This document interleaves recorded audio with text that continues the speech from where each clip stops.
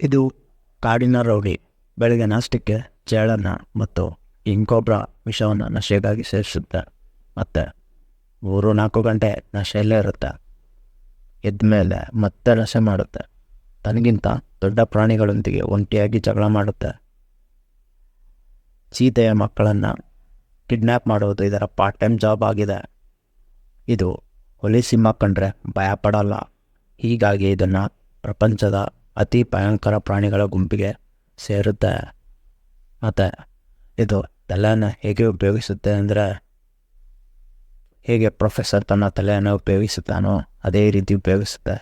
ಏಕೆಂದರೆ ಇದನ್ನು ನೀವು ಯಾವುದೇ ಕೇಜ್ನಲ್ಲಿಟ್ಟರೂ ಅದು ಹೊರಗೆ ಬರುವ ದಾರಿಯನ್ನು ಹುಡುಕಿಕೊಳ್ಳುತ್ತೆ. ಹುಲಿ ಸಿಂಹಗಳು ಕೂಡ ಇವುಗಳಿಂದ 2 ಹೆಜ್ಜೆ ದೂರ ಇರುತ್ತೆ.